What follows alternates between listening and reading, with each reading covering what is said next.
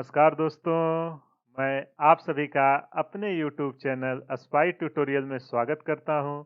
उम्मीद करता हूं आप लोगों की तैयारी बहुत ही अच्छी चल रही होगी। अभी तक हमने जितना कुछ भी देखा या सीखा वो सब समझ में आ गया होगा। पिछले लेक्चर में हम लोगों ने काइनेटिक एनर्जी के रिलेटेड जो भी इम्पोर्टेंट कॉन्सेप्ट या उस पे जो भी क्वेश्चन आते हैं वो सबका डिस्कशन कर दिया था। आज के लेक्चर में हम पोटेंशियल एनर्जी डिस्कस करेंगे। इसके रिलेटेड जो भी क्वेश्चन आपके एग्जाम में आते हैं, चाहे वो नीट हो या जेई हो, वो सारे कॉन्सेप्ट और उसके पैटर्न के क्वेश्चन को डिस्कस करेंगे। तो चलिए बिना टाइम वेस्ट किए हुए आज का लेक्चर शुरू करते हैं। तो चलिए, जैसा कि आज का टॉपिक ही है पोटेंशियल एनर्जी। अब सबसे पहले समझते हैं पोटेंशियल एनर्जी होती क्या है। देखो, नाम से ही पता चल रहा है, पोटेंशियल मतलब स्थितिज ऊर्जा। किसी वस्तु के स्थित के कारण जो ऊर्जा आती है उसको हम स्थितिज ऊर्जा बोलते हैं। चलिए इसका डेफिनेशन रीड करते हैं, फिर कुछ एग्जांपल्स देखेंगे। तो देखो क्या कह रहा है definition. Potential energy is the energy stored in a body और a system by virtue of its position. देखो बहुत ही इंपॉर्टेंट पॉइंट है। जो आपका पोटेंशियल एनर्जी है वो किसी बॉडी की वो स्टोर एनर्जी है जो उसके पोजीशन के कारण स्टोर होती है in a field of force by its configuration. दूसरा पॉइंट है, potential energy is also called mutual energy और एनर्जी ऑफ कॉन्फ़िगरेशन। देखो इसको बेसिकली म्यूचुअल एनर्जी या एनर्जी ऑफ कॉन्फ़िगरेशन कहते हैं। क्यों कहते हैं, आगे जैसे जैसे लेक्चर जाएगा आपको पूरा क्लियरिटी होती चली जाएगी। अब चलो इसका सबसे पहले एग्जाम्पल देखते हैं। देखो इसमें कह क्या रहा है कि कोई भी बॉडी है उसके पोजीशन के कारण जो एनर्जी आती है, virtue of its position in a field. तो चलो हम मान लेते हैं यहाँ आपका एक घर है, ठीक है। ये ऊपर का इसका टेरेस है और यहाँ टेरेस पे एक बॉल रखी हुई है और यहाँ से इसकी ऊंचाई h है ग्राउंड से। अब देखो जब ये बॉल यहाँ पे रखा हुआ है, जब तो ये इसके पोजीशन के कारण ग्राउंड से जितना ऊपर रखे हो, इसके कारण इसमें कुछ ना कुछ तो एनर्जी है, क्योंकि जैसे ही आप इसको धक्का दोगे नीचे गिरेगा तो इसका पोटेंशियल एनर्जी ही काइनेटिक एनर्जी में कन्वर्ट होता है। तो देखो इसके पोजीशन के कारण अगर आप यहाँ पे इस पोजीशन पे रखते तो एच यहाँ आपका जीरो हो जाता, जहां हम डाटम्स ले रहे हैं। ये रेफरेंस पॉइंट समझना, जहां से हम रेफरेंस पॉइंट दे रहे हैं। अगर यहाँ पे हम देते थे पोटेंशियल एनर्जी जीरो आती, लेकिन यहाँ जो आपका डाटम है यहाँ से एच ऊंचाई पे इसके पोजीशन को चेंज किए तो यहाँ पे इसका क्या आया, पोटेंशियल एनर्जी आया। इसी तरह एक और पॉइंट देते हैं। चलो आप सभी ने बकेट देखा होगा, अभी इसमें पानी भरा हुआ है। देखो इसमें अगर इतना पानी भरा हुआ है तो इसमें कुछ ना कुछ तो एनर्जी है, जो ऊपर के लेयर्स हैं एक दूसरे के ऊपर, हर लेयर का कुछ ना कुछ एनर्जी है। तो ये टोटल एनर्जी मिला के इसका जो स्टोर्ड है इसमें, इसी को हम बोलेंगे पोटेंशियल एनर्जी। आप नोचेस देख रहे होगे, जैसे यहाँ पे हम होल बना देते हैं तो इसकी जो पोटेंशियल एनर्जी होती है वही काइनेटिक एनर्जी में कन्वर्ट होकर यहाँ से पानी नीचे आना शुरू होता है। तो इसमें क्या स्टोर्ड है, पोटेंशियल एनर्जी है। इसी तरह आइए कुछ और एग्जांपल्स देखते हैं ताकि आपकी अंडरस्टैंडिंग क्लियर हो जाए। देखो आप सभी लोगों ने टरबाइन को देखा होगा। जो टरबाइन होता है, यहाँ डैम पे वाटर स्टोर किए जाते हैं। ये मान लो आपका एक डैम है, डैम पता है ना, नदी पे आप लोगों ने देखा होगा कि नदी पे एक बड़ा सा बाउंड्री या एक बनाते हैं जिसको हम डैम बोलते हैं। वो डैम का काम क्या होता है, वो पानी को स्टोर करके रखता है। फिर यहाँ से हमें जहाँ पे पावर जनरेट करना होता है पंप के द्वारा वहां पे भेजते हैं, फिर टरबाइन के थ्रू इलेक्ट्रिसिटी जनरेट होती है।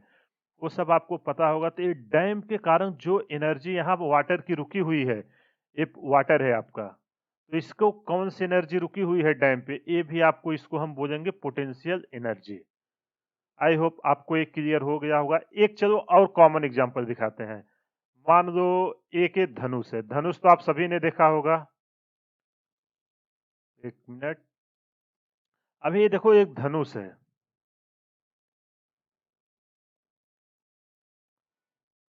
ये एक धनुष है, इस पे एक बंदे ने तीर लगाया हुआ है। अब देखो जब इस पे तीर लगा हुआ है तो ये जब धनुष के हम डोर को पकड़ के खींचते हैं, तो ये जब इसको खींच के जैसे ही छोड़ने की पोजीशन पे होती है तो ये तीर आगे कैसे जाएगी? जो इसका तीर है एरो, इस पे इसका पोटेंशियल एनर्जी जो स्ट्रिंग है वो कन्वर्ट होगी, जिसके कारण ये काइनेटिक एनर्जी में चेंज होता है।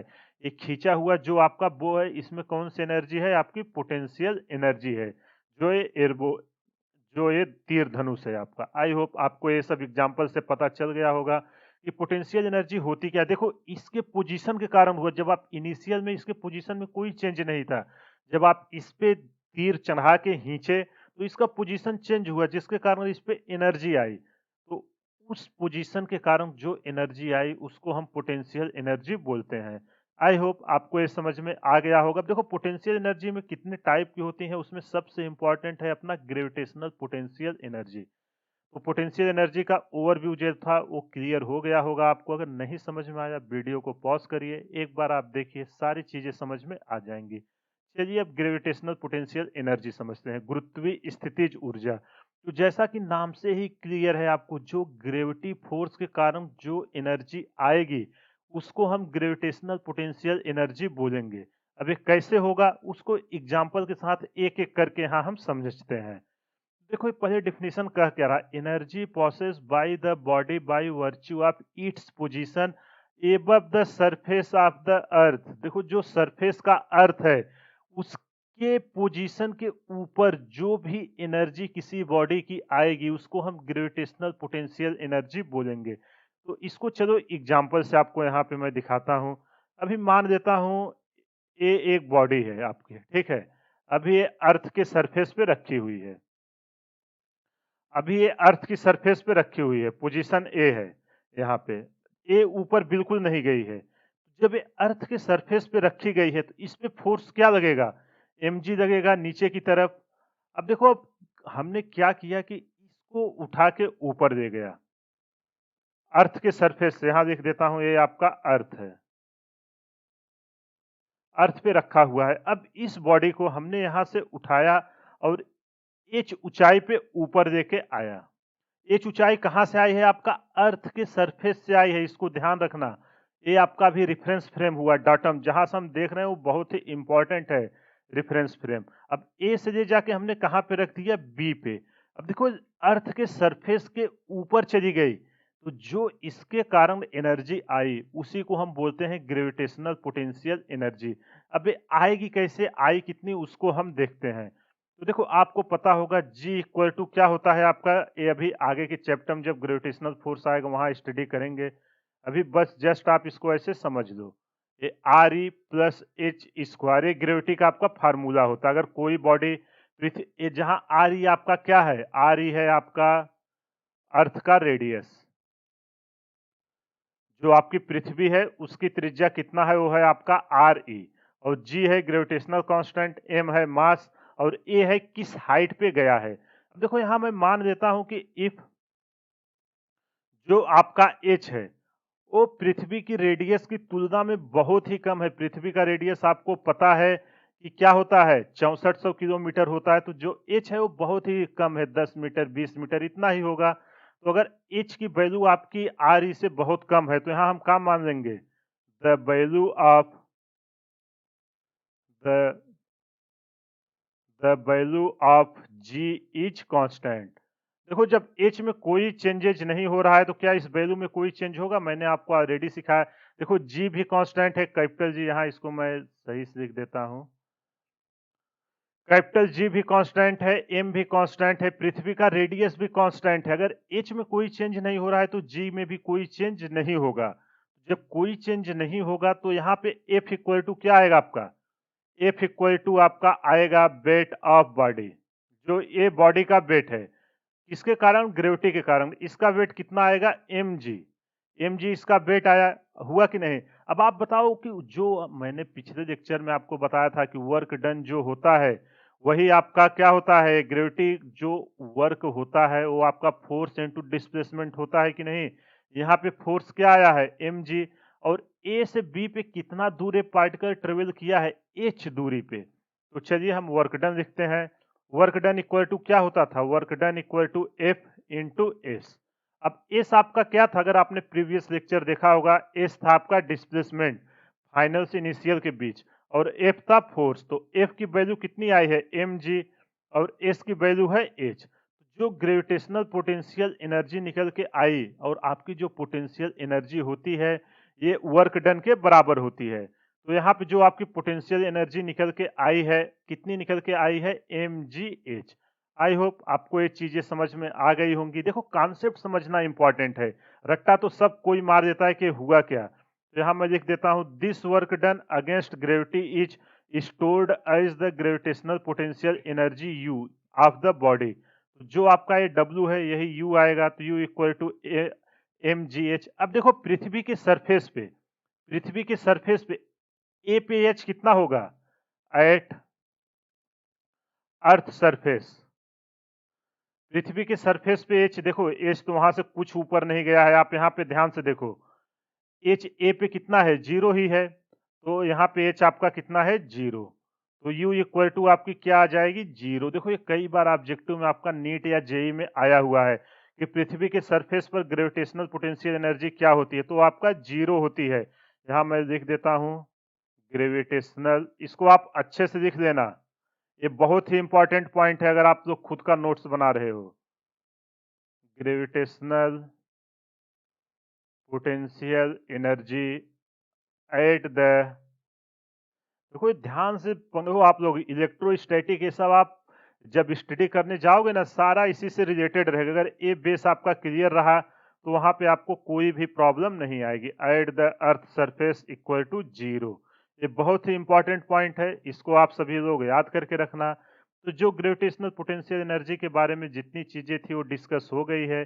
चलिए अब अगला टॉपिक देखते हैं, conservative and non conservative force. इसको समझते हैं होता क्या है। तो चलो सबसे पहले इसकी डिफिनीशन को रीड करते हैं, फिर इसके प्रूफ को देखेंगे। तो देखो कंजर्वेटिव और नॉन कंजर्वेटिव में बेसिकली डिफरेंस क्या है। A conservative force is one for which the work done is independent of the path. देखो जो आपका कंजर्वेटिव फोर्स होता है उसके द्वारा वर्क डन जो किया जाता है वो पाथ पे डिपेंड नहीं करता है, चाहे आप पाथ एक, अभी मैं एग्जांपल के थ्रू दिखाता हूँ। दूसरा है a non conservative force is one for which the work done depends on the path. तो जो कंजर्वेटिव फोर्स के द्वारा वर्क किया जाता है वो आपका पाथ पे डिपेंड करता है। जैसे यहाँ मैं एग्जांपल लेके आपको दिखा दे रहा हूँ। मान लो ये पाथ 1 है, ये आपका पाथ 2 है, ये आपका पाथ 3 है। ये पॉइंट आपका 1 है, ये पॉइंट आपका 2 है। अगर ये आपका फोर्स कंजर्वेटिव है, एफ कंजर्वेटिव, अगर फोर्स आपका कंजर्वेटिव है तो जो इसके द्वारा वर्क किया जाएगा, आप ए बी नाम दे देता हूं क्योंकि यहाँ 2 है, नहीं तो आप लोग कंफ्यूज होंगे। तो जो 1 से 2 तक आप चाहे जिस पाथ के द्वारा कार्य करो, चाहे वो ए के द्वारा करो, W1 equal to W2 equal to W3, किस केस में होगा, अगर एफ आपका कंजर्वेटिव है। अगर एफ आपका कंजर्वेटिव नहीं है, एफ नॉट कंजर्वेटिव, अगर देखो यहाँ पाथ पे डिपेंड नहीं करा, चाहे आप ए से बी पे पाथ 1 के द्वारा जाइए, ए से बी पे चाहे पाथ 2 के द्वारा जाइए, चाहे ए से बी पे पाथ 3 के द्वारा जाइए, हर पाथ में आपका जो वर्क डन होगा वो सेम ही आएगा। और अगर आपका फोर्स जो है वो कंजर्वेटिव नहीं है, एफ नॉट कंजर्वेटिव, तो अगर आपका एक कंजर्वेटिव फोर्स नहीं है तो आपका जो वर्क डन होगा वो पाथ पे डिपेंड करेगा। तो यहाँ से आपका कोई भी वर्क बराबर नहीं आएगा। ये इन दोनों में बेसिक सा डिफरेंस है कि अगर फोर्स कंजर्वेटिव है किसी भी पाथ के द्वारा ए से बी पे जाइए वो आपका वर्क सेम आएगा, और अगर कंजर्वेटिव है कंजर्वेटिव नहीं है तो वर्क डन सेम नहीं आएगा। अब चलो इसको हम प्रूफ के साथ देखते हैं कि होता कैसे है। चलो प्रूफ इसका देखते हैं। चलो मैं दो पाथ यहाँ बनाता हूँ। अभी ये पॉइंट ए है और यहाँ से एक और पाथ ले लेता हूँ, पॉइंट बी। अब आपको ये पॉइंट ए है, ये पॉइंट है बी, इसको नाम दे देते हैं पाथ 1 और इसको नाम दे देते हैं पाथ 2। और अभी हम मानते हैं कि ये particle moves from point A to point B along either path 1 और पाथ 2। तो देखो कोई भी एक पार्टिकल है जो एक से बी पे जाता है, इस चाहे एक से जाए या दो से जाए, तो यहाँ पे जो आपका फोर्स है, इफ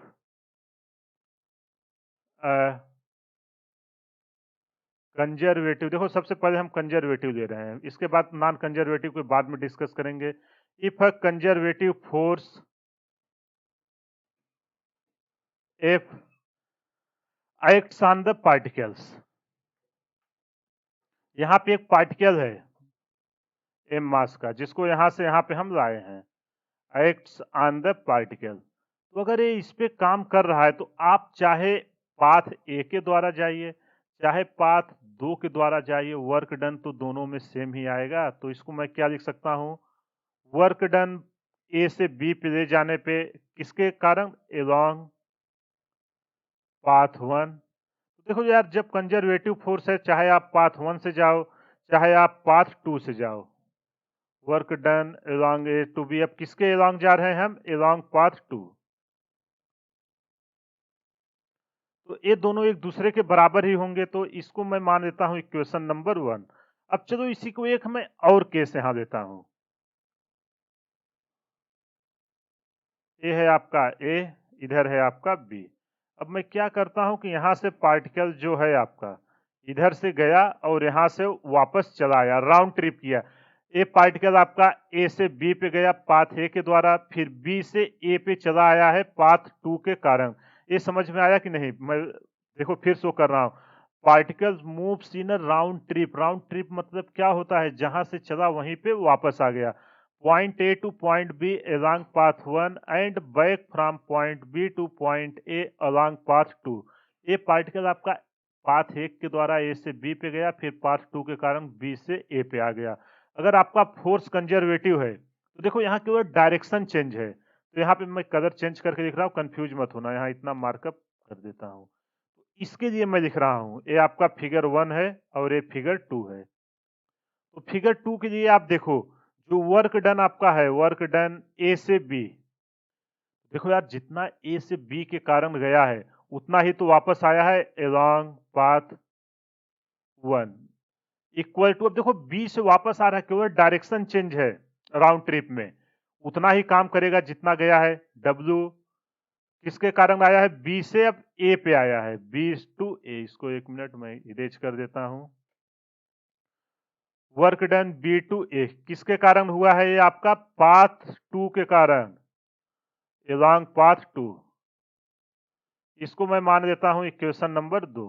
अब आप इक्वेशन 1 और इक्वेशन 2 से देखो, work done along path 1 equal to हम वर्क डन एलोंग पाथ 2 लिख सकते हैं कि नहीं इक्वेशन 1 से? इसकी जगह हम निगेटिव साइन रखेंगे कि नहीं एलोंग पाथ 1 की जगह? तो चलिए इसको हम लिखते हैं यहां, फ्रॉम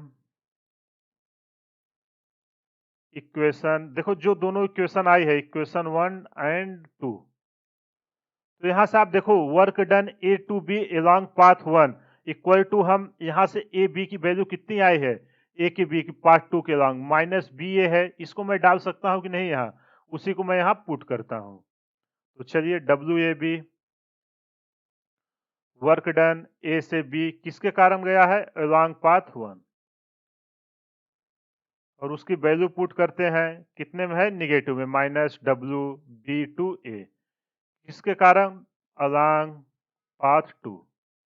देखो दोनों राउंड ट्रिप में आ गया कि नहीं? अभी एक यहाँ बहुत ही इंपॉर्टेंट कंक्लूजन आएगा, उसी को मैं डिराइव कर रहा हूँ। अब देखो ये इधर माइनस है, इसको मैं लाता हूँ प्लस कर देता हूँ।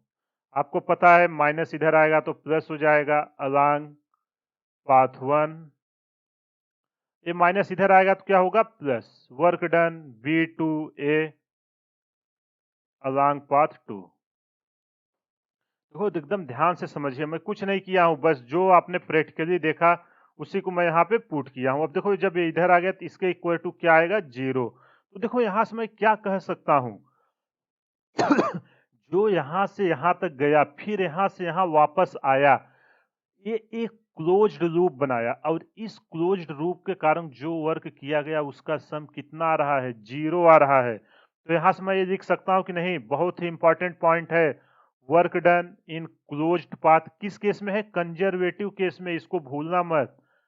इन क्लोज्ड पाथ इक्वल टू 0, इसी से आप डिफरेंशिएशन करते हो, जो एग्जैक्ट डिफरेंशियल वो सब आता है यहीं से निकल के आता है कि क्लोज्ड पाथ के कारण आपका वर्क डन 0 क्यों आता है। ये रहा इसका प्रूफ। अगर आपको समझ में नहीं आया, आप वीडियो को पॉज़ करिए, एक बार खुद से समझिए। अब देखो इसके कौन-कौन से फ़ोर्स होते हैं उसको मैं एक बार लिख देता हूँ। जैसे आपका ग्रेविटेशनल फ़ोर्स है, वो भी आपका एक क्लोज़ कंज़र्वेटिव फ़ोर्स है क्योंकि ये आपका जो इसके कारण वर्क डन होता है, वो पाथ पे डिपेंड नहीं करता है। अभी इसको मैं प्रूफ़ इसको भी करूँगा। फिर आपका इलेक्ट्रोस्टैटिक फ़ोर्स जो आप क्लास 12th में स्टडी करेंगे। फिर हुआ आपका जैसे इलास्टिक फ़ोर्स ऑफ स्प्रिंग। ये सब कुछ टाइप के फ़ोर्स हैं। देखो एग्ज़ाम्पल कई बार आपसे ना पूछता है एग्ज़ाम, इसलिए मैं यहाँ पे आपको सब बता रहा हूँ। इलास्टिक फ़ोर्स ऑफ स्प्रिंग, ये सब टाइप के जो भी फ़ोर्स हैं, ये ऑल आर कंज़र्वेटिव। और कंज़र्वेटिव क्या होता है? जिसका वर्क डन पाथ पे डिपेंड नहीं करता है। अगर पाथ पे डिपेंड किया तो आपका कौन सा हो जाएगा? कंजर्वेटिव। ये डेफिनेशन को आप याद रखना। यहाँ पे देखो, conservative force is one for which the work done is independent of the path. चाहे किसी भी पाथ से जाओ, वो पाथ पे डिपेंड उसका वर्क डन नहीं करेगा। लेकिन कंजर और नॉन कंजर्वेटिव पाथ पे डिपेंड करता है। अब चलो इसको मैं प्रूफ करके आपको दिखाता हूँ कि क्लोज्ड पाथ में कैसे जीरो आता है, कैसे ये होता है। आई होप आपको ये सब समझ में आ गया होगा। चलिए यहाँ पे मैं एक स्लाइड ऐड करता हूँ। Conservative nature of gravitational force, उसको हम यहाँ पे हेडिंग डालते हैं। कंजर्वेटिव, कैसे ग्रेविटेशनल फोर्स आपका कंजर्वेटिव है, एक मैं करता हूँ। वो दोनों को आगे जैसे जैसे आएगा ना, आप देखोगे वो सब भी डिराइव कर दूंगा। Conservative nature of gravitational force, अभी जो इस चैप्टर में हम लोग डिस्कस करने वाले हैं वो मैक्सिमम आपका ग्रेविटेशनल के कारण ही डिस्कस होगा। इलेक्ट्रिक वाला वो सब आपका इलेक्ट्रिकल में आएगा, और इसमें आपका ग्रेविटेशनल और स्प्रिंग ये दोनों आने वाले हैं। तो चलो मैं आपको दो केस दिखाता हूँ। एक केस लेता हूँ, यहाँ पे आपका अर्थ का सरफेस है। एक मिनट, यहाँ पे आपका अर्थ का सरफेस है। ये आपका पोजीशन है ए। यहां से अब इसको उठा के ऊपर लेके गए, ए से बी पे। कितनी हाइट पे लेके गए? एच हाइट पे। ये है आपका अर्थ। ये रहा आपका प्रोसेस वन। अब इसी को हमने क्या किया, सेम यही है आपका। इसको फिर हमने ए से बी पे तो लाया है। एक मिनट, सेम हाइट पे कर दे, नहीं बहुत लोग कमेंट करोगे कि कैसे। ये दोनों सेम ही हाइट पे हैं। इसको यहां से यहां लेके आए, लेकिन अब हम ए से बी पे डायरेक्ट नहीं ऐसे गए हैं। अब मैंने क्या किया कि पहले कौन कौन सा, देखो यहां से मैं कुछ दूरी पे ऐसे आया, फिर यहाँ से मेरा मन किया तो मैं इधर से ऐसे चला गया। उसके बाद ऊपर जाके तब मैं बी पे आया हूँ। ये पाथ हुआ, यहाँ का नाम दे देता हूँ सी, यहाँ पे नाम दे देता हूँ डी, यहाँ पे नाम दे देता हूँ ई। ऐसे ये पाथ फॉलो करता हुआ आपका बी पे आया है। अब देखो, अगर वर्क डन आपका कंजर्वेटिव फोर्स के कारण है तो पाथ पे डिपेंड नहीं करना चाहिए। जो ए से बी में इस केस में आएगा वही आपका इस केस में भी आना चाहिए, तभी हमारा वो सही होगा। तो इसको हम आइए प्रूफ के साथ देखते हैं। सबसे पहले मैं इसके लिए करता हूं, एक के लिए। तो यहाँ आपका फोर्स क्या है? फोर्स यहाँ पे आपका क्या लगेगा? mg। इस पे भी mg लगेगा, ग्रेविटेशनल फोर्स। तो W इक्वल टू क्या होता है? Force into displacement. तो W इक्वल टू फोर्स की वैल्यू है mg और s की वैल्यू है h। तो यहाँ से जो आपका वर्क डन आया W इक्वल टू mgh, ये आपका A से B पे डायरेक्ट इस पाथ के कारण गया है, A से B पे। अब आपका ए से बी पे जो गया है, पहले ए से सी पे गया, सी से डी पे गया, डी से ई पे गया, फिर ई से बी पे आया है। इसके कारण वर्क डन कितना आया, आइए उसको हम देखते हैं। तो अब देखो, जब हम ए से बी पे जा रहे हैं, डब्ल्यू, ए सेकंड वाले का मैं कलर चेंज कर देता हूं, केस 2 का कर रहा हूं। तो यहाँ पे आपका क्या निकल के आया है, यहाँ लिख देता हूं W A B equal to निकल के आया mgh। अब केस सेकंड देखिए, यहाँ पे डब्ल्यू ए बी मैं लिख रहा हूँ। तो सबसे पहले वो आपका ए से बी पे जाने पर आप कहाँ से कहाँ गए? वर्क डन ए से सी पे गए। फिर आप सी से कहाँ पे गए? सी से डी पे गए। फिर आप डब्ल्यू डी टू ई, फिर आप कहाँ से आए, ई से बी पे आए, डब्ल्यू ई से बी। अब चलिए एक एक में कितना कार्य किया गया उसको लिखते हैं। देखो इसका वेट तो mg ही है, वो तो सेम ही रहने वाला है। W A B equal to M G into distance कितना हमने ट्रेवल किया, मान लेते हैं ए से सी तक गया है, ए सी। अब देखो सी से डी पे, क्या सी से डी पे जाने पे कोई डिस्प्लेसमेंट हुआ है?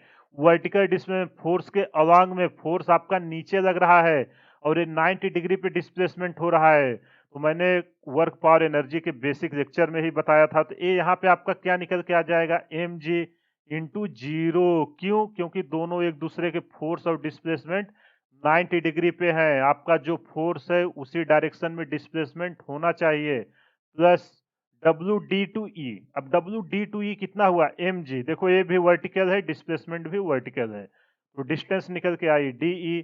इसी तरह आपका ई से बी, तो M G into E B की वैल्यू कितनी है, जीरो। तो चलो यहाँ पे लिखते हैं डब्ल्यू ए बी। ये सब तो जीरो हो गई है, यहाँ से मैं एम जी कॉमन ले लेता हूँ, ये निकल के आएगा ए सी प्लस डी ई। अब ध्यान से आप देखो, ए सी प्लस डी ई ये किसके बराबर है, एच के बराबर है कि नहीं? तो यहाँ पे मैं डब्ल्यू ए की वैल्यू क्या लिख सकता हूँ, एम जी एच। तो कितना इजीली हमने इसको निकाल लिया। अगर आपका फंडामेंटल क्लियर होगा तो आप इसको एकदम इजीली कर दोगे। कुछ नहीं किया है, बस ए से सी पे वर्क डन निकाला, सी से डी पे, डी से ई पे, फिर ई से बी पे। तो आप देखो ध्यान से दोनों केस में, यहाँ भी work done M G H आया है और यहाँ पे भी एम जी एच आया है। तो यहाँ से हम कह सकते हैं कि जो हमारा कंजर्वेटिव फोर्स, जो आपका ग्रेविटेशनल फोर्स है, वो आपका कंजर्वेटिव फोर्स है। आई होप आपको ये चीजें समझ में आ गई होंगी। अगर कुछ भी डाउट है तो आप हमें कमेंट करके बताइए, मैं आपको उसका सोल्यूशन जरूर प्रोवाइड करूंगा। तो चलो कुछ इंपॉर्टेंट पॉइंट लिख देते हैं। Work done in a body against gravity is independent of the path. Work done in a body, कोई एक बॉडी है जिसपे वर्क डन किसके अगेंस्ट में हो रहा है, work done against gravity, against gravity. तो ये आपका कौन सा फोर्स है, कंजर्वेटिव। अगर फोर्स आपका कंजर्वेटिव है तो ये पाथ पे क्या होगा, इंडिपेंडेंट होगा, इज इंडिपेंडेंट ऑफ पाथ। देखो ये सब बहुत ही इंपॉर्टेंट पॉइंट है, इसको आप अच्छे से नोट कर देना, ये एग्जाम में कई बार पूछे गए हैं। Independent of the path taken and depends only on the, it depends. देखो ये किस पे डिपेंड्स कर रहा है, आप यहां से ये आपका बीच के क्या किसी पे डिपेंड किया, ये आपका केवल फाइनल और इनिशियल पॉइंट पे ही डिपेंड कर रहा है, जो आपका ग्रेविटेशनल पोटेंशियल एनर्जी आ रहा है। तो उसी को यहां लिखते हैं, it depends only on the final and initial point. बीच के किसी भी पॉइंट पे डिपेंड नहीं कर रहा है, final and initial point. I hope आपको ये चीजें समझ में आ गई होंगी। अगर यहाँ तक किसी को कुछ भी डाउट है तो आप बोलिए।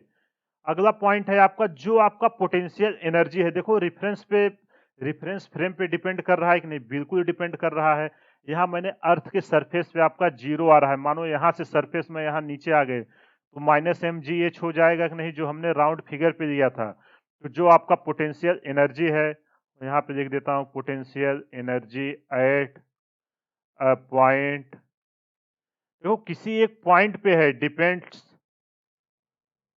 Of reference frame. सबको पता है ना रेफरेंस फ्रेम क्या होता है, जहां से ऑब्जर्वर चीजों को देखता है बैठ के। देखो बहुत ही important point, potential energy at a point depends of the reference frame, but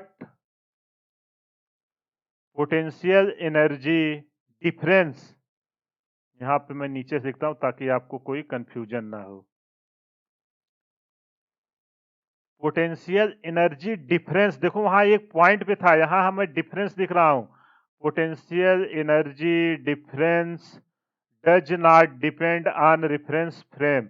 ये बहुत ही इंपॉर्टेंट पॉइंट है और इस पे कई बार क्वेश्चन आपके आए हुए हैं एंट्रेंस एग्जाम में। जो भी स्टेट की इंजीनियरिंग एंट्रेंस एग्जाम होते हैं या आपका जेई या नीट में आप देखोगे, इस पे क्वेश्चन कई बार भर भर के आए हुए हैं कि आपका जो पोटेंशियल एनर्जी है वो रेफरेंस फ्रेम पे डिपेंड करता है कि नहीं। जो आपका potential energy at a point depends of reference frame, और पोटेंशियल एनर्जी डिफरेंस जो है वो आपका रेफरेंस फ्रेम पे डिपेंड नहीं करती है। आई होप आपको ये समझ में आ गया होगा। आइए अब कुछ नॉन कंजर्वेटिव के बारे में डिस्कस कर देते हैं। नॉन कंजर्वेटिव तो एकदम क्लियर है, इसमें आपका जो भी वर्क डन आएगा वो आपका पाथ पे डिपेंड करेगा। नॉन कंजर्वेटिव फोर्स, इसपे चलो सेम वही बनाते हैं। ए से बी पे गए पाथ ए के कारण, फिर ए से बी पे गए। ये है आपका ए, यहाँ पे है आपका बी, जो हमने उसमें बनाया था। अभी फिर एक बनाते हैं आपका राउंड ट्रिप वाला। ए से बी पे गए, फिर हम क्या किए कि बी से वापस आ गए। ए बी, ए से बी पे हम पाथ 1 के कारण गए, और बी से ए पे हम पाथ आपके 2 के कारण वापस आ गए।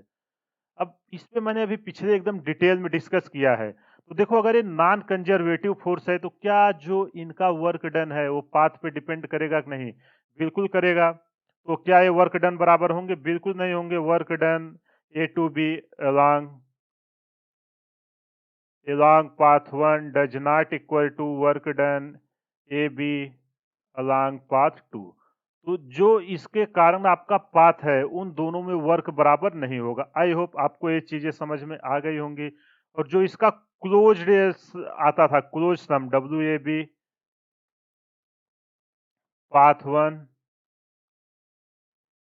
प्लस डब्ल्यू बी ए, जो बी से ए पे आए हैं, इसके कारण पाथ 2 पे जो हमने पिछले में निकाला था, ए आपका 0 के बराबर नहीं आएगा।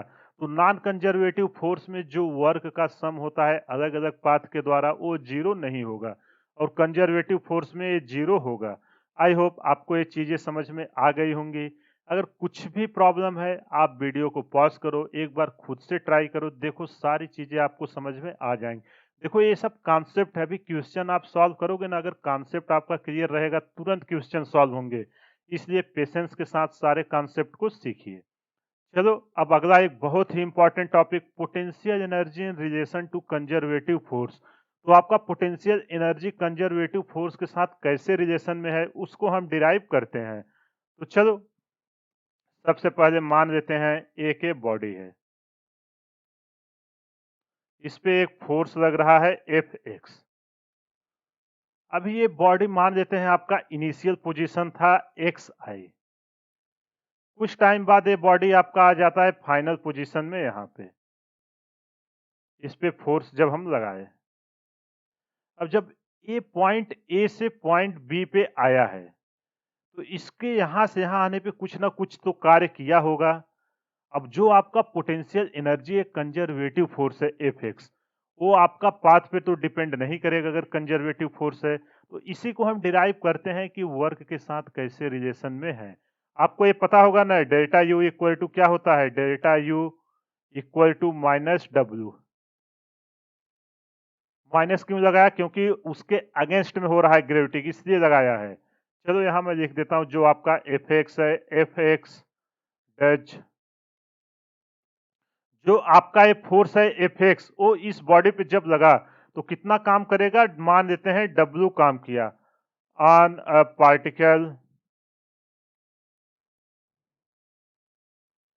With in the system. जब हमने इस पार्टिकल पर एफएक्स फोर्स लगाया तो इसने इस पे कुछ काम किया।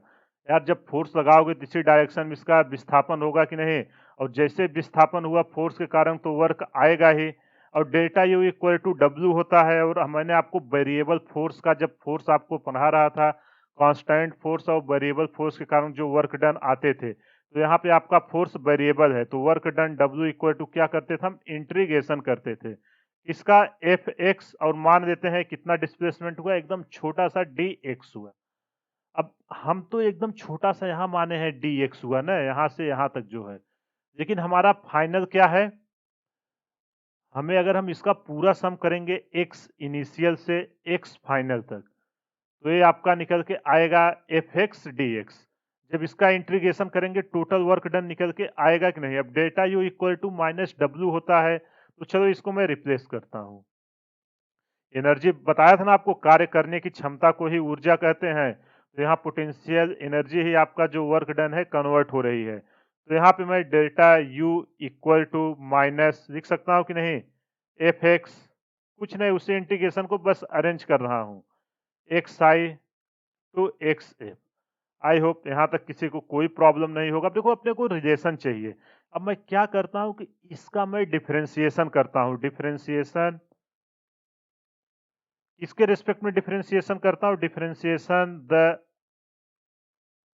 ये इसको इक्वेशन 1 मान देता हूँ। डिफरेंशिएशन द अबव इक्वेशन, जो ऊपर का इक्वेशन है इसको मैं डिफरेंशिएशन करूंगा। यहाँ वेरिएबल आपका क्या है, एक्स है। एक्स के रिस्पेक्ट में इसको डिफरेंशिएशन करो, डी यू डेटा यू कुछ ऐसे करो, डिवाइडेड बाई डी एक्स। अब देखो जब यहाँ पे मैं इसका डिफरेंशिएशन करूंगा तो आपको पता है कि जो इंटीग्रेशन है ये आपका जो डी डी एक्स है, एक दूसरे के कैसे हैं, एक दूसरे के अपोजिट होते हैं। तो जब हम इस साइड डी डी एक्स करेंगे तो इंटीग्रेशन जो है वो आपका यहां से कट जाएगा, तो बचेगा क्या, केवल एफ एक्स बचेगा। ये समझे ना, मैंने आपको जब मैथमेटिकल टूल में सिखा रहा था कैलकुलस, तो वहां पे एकदम डिटेल में सब चीजें डिस्कस की हुई है। अगर आपको कुछ भी डाउट है, एक बार आप जाके मैथमेटिकल टूल में इंटीग्रेशन और डिफरेंशिएशन के लेक्चर को अटेंड कर देना, आपको पता चलेगा अवकलन और समाकलन एक दूसरे के अपोजिट है। यहाँ मैं आपको एग्जाम्पल दिखा देता हूँ। जैसे आप मान लो किसी चीज का D D x x cube निकालना है, तो इसका क्या आता था, 3x²। अब अगर इसी का आप समाकलन करोगे, इसका समाकलन, अगर इसका आप समाकलन करोगे तो एक्स क्यूब इधर भी बराबर आना चाहिए। तो एक्स क्यूब इक्वल टू इधर क्या आ जाएगा, एक्स क्यूब डिवाइडेड बाई 3, तो इधर इधर कट गया। तो आप देखो एक्स क्यूब बराबर एक्स क्यूब, इसका मतलब आपका डिफरेंशिएशन इंटीग्रेशन का अपोजिट होता है। आप इससे भी इसको देख सकते हो। तो जब इसको हम अरेंज करके लिखेंगे तो जो आपका फोर्स आया है F X equal to minus D U, X इसका फंक्शन है इसलिए मैं ऐसा लिख रहा हूँ, वो कुछ भी जैसा क्वेश्चन में दे सकता है। तो यहाँ से आपको क्या एक कितना इंपॉर्टेंट पॉइंट मिला है, जो आपका पोटेंशियल एनर्जी यू है, यू में be defined as a function whose negative gradient gives the force. जो आपका ये पोटेंशियल एनर्जी है, पोटेंशियल एनर्जी यू एक्स, अगर इसका हम निगेटिव ग्रेडियंट लेंगे तो ये हमको क्या देगा, फोर्स देगा। अगर कभी भी आपको ये एनर्जी किसी फंक्शन के टर्म में दी रहे और आपसे फोर्स पूछे तो सीधा उसका डिफरेंशिएशन कर देना। आई होप आपको ये चीजें समझ में आ गई होंगी। इसको मैंने कैसे किया है ध्यान से देखिएगा। एक पार्टिकल था, इनिशियल पोजीशन एक्स आई था, फाइनल पोजीशन एफ एक्स था। इस पे एक वेरिएबल फोर्स एफ एक्स लग रहा था, जिसके कारण पार्टिकल पर डब्ल्यू वर्क किया गया। W equal to variable force के कारण होता है initial to final F X D X. और आपको पता है कि कार्य करने की क्षमता को ही ऊर्जा कहते हैं। वहां से delta U equal to minus W लेके आया। फिर यहाँ पे मैंने डब्ल्यू को रिप्लेस किया। इसके बाद मैंने जो इंटीग्रेशन था इसका मैंने डिफरेंशिएशन दोनों साइड किया। तो इधर जब डिफरेंशिएशन किया D U X by D x आया। और आपको पता है कि इंटीग्रेशन का अपोजिट डिफरेंशिएशन होता है, इसके कारण आपका ये समाकलन हट गया। बचा क्या, एफ एक्स। फिर उसको हमने अरेंज किया, F X equal to minus D U X by D X. यहाँ से आपको पता चला कि कोई भी आपका पोटेंशियल एनर्जी यू में be defined as a function whose negative gradient gives the force.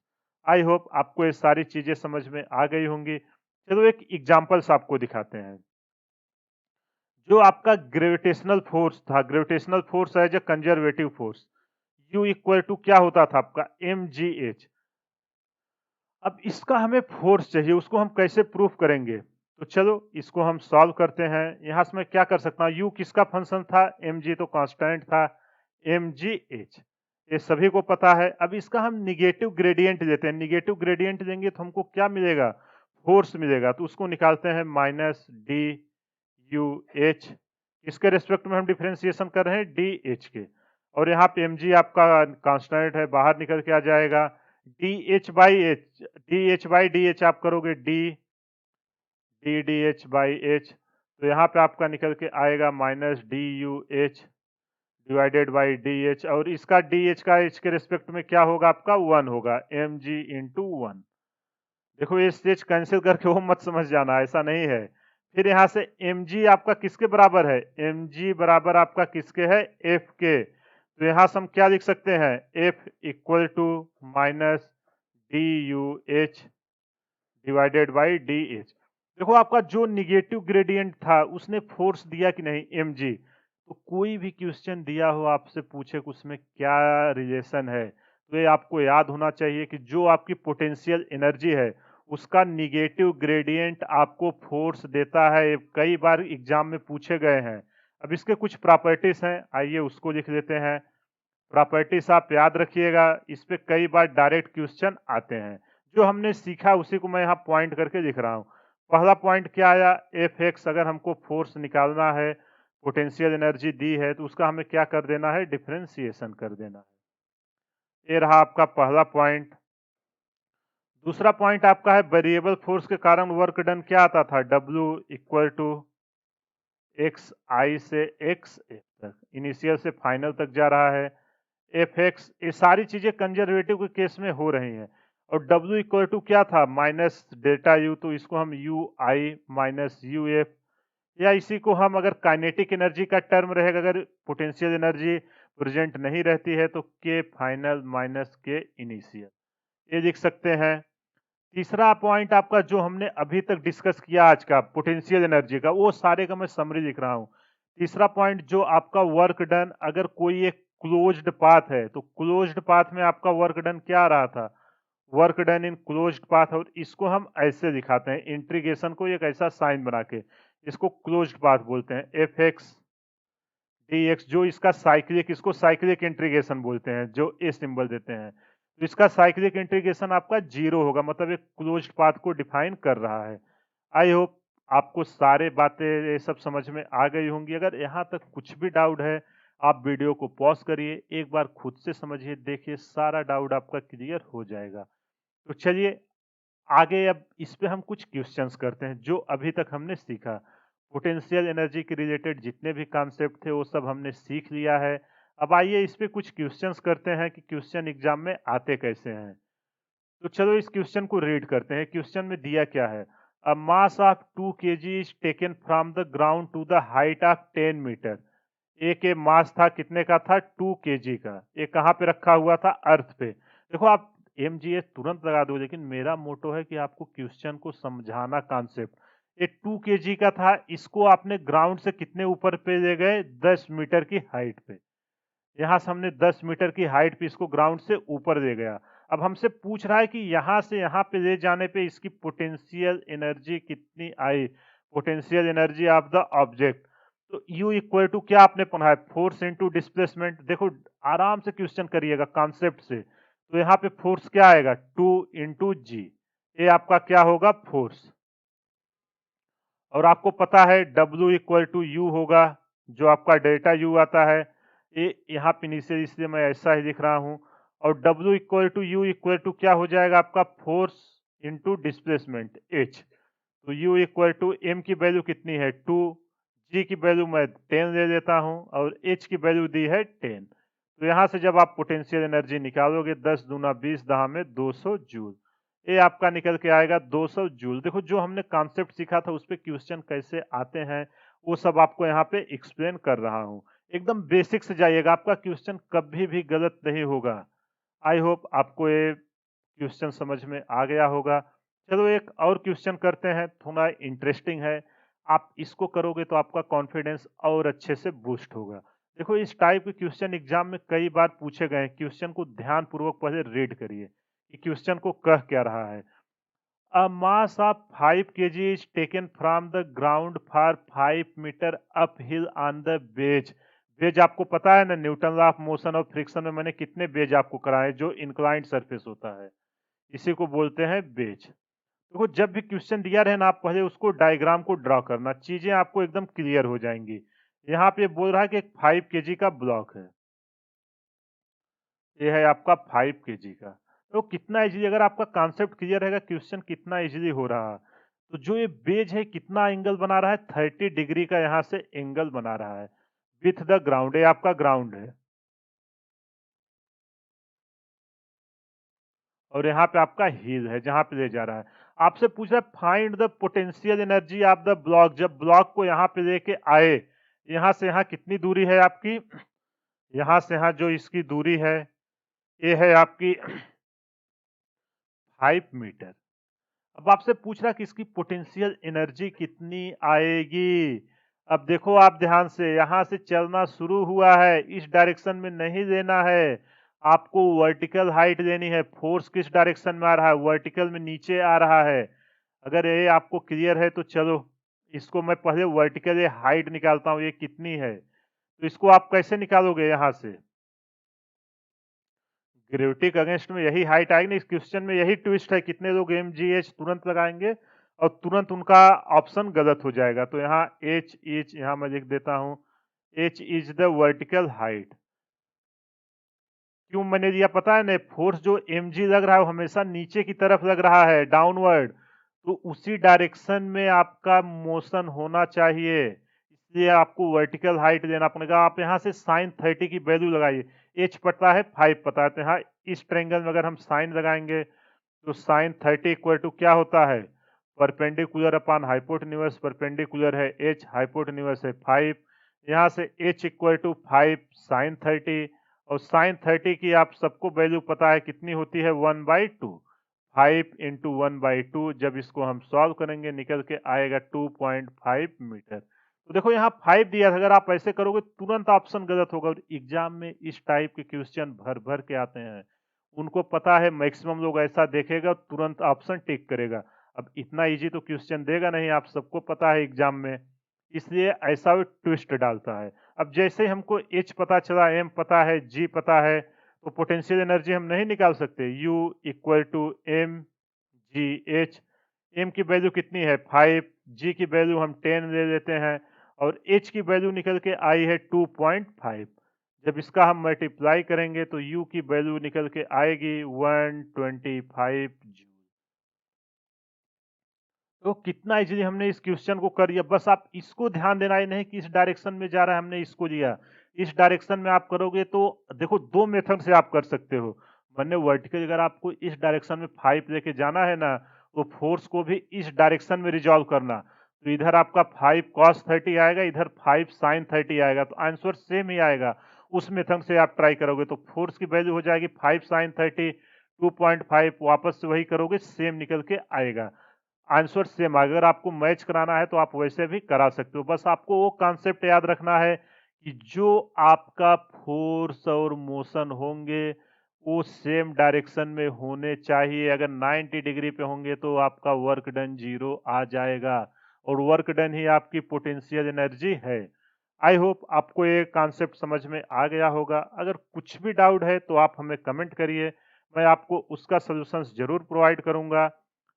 तो ये रहा आज के लेक्चर। आज के लेक्चर में पोटेंशियल एनर्जी के रिलेटेड जितने भी इंपॉर्टेंट कॉन्सेप्ट थे सबको हमने डिस्कस कर लिया है। अगर कहीं भी कुछ भी प्रॉब्लम है आप कमेंट करिए। कमेंट के लिए आप वीडियो के कमेंट बॉक्स में कमेंट डालिए, आप टेलीग्राम पे हमें मैसेज कर सकते हैं। और जो भी हमने यहाँ पे डिस्कस किया है, अगर इसका आपको नोट्स चाहिए तो आप टेलीग्राम ग्रुप को ज्वाइन कर लीजिए। वहाँ पे हर लेक्चर के बाद मैं नोट्स शेयर करता हूँ, वहाँ से आप डाउनलोड कर सकते हो। देखो मैं आपको रिकमेंड करूँगा यार कि आप खुद का नोट्स बनाया करिए। जितना ज़्यादा आप खुद का नोट्स बनाओगे, चीज़ें उतनी ज़्यादा क्लियर आपको होंगी। तो चलिए इसी के साथ आज का सेशन समाप्त करते हैं। कमेंट करके ज़रूर बताइएगा वीडियो आपको कैसा लग रहा है और क्या-क्या इसमें इम्प्रूव की ज़रूरत है। फीडबैक आप ज़रूर दीजिए। अगर आप चैनल पर पहली बार आए हैं तो चैनल को सब्सक्राइब करिए, ताकि जैसे ही मैं कोई वीडियो डालूं सबसे पहले नोटिफिकेशन आप तक जाए। तो चलिए इसी के साथ आज का सेशन समाप्त करते हैं। मिलते हैं अगले सेशन में। Thank you.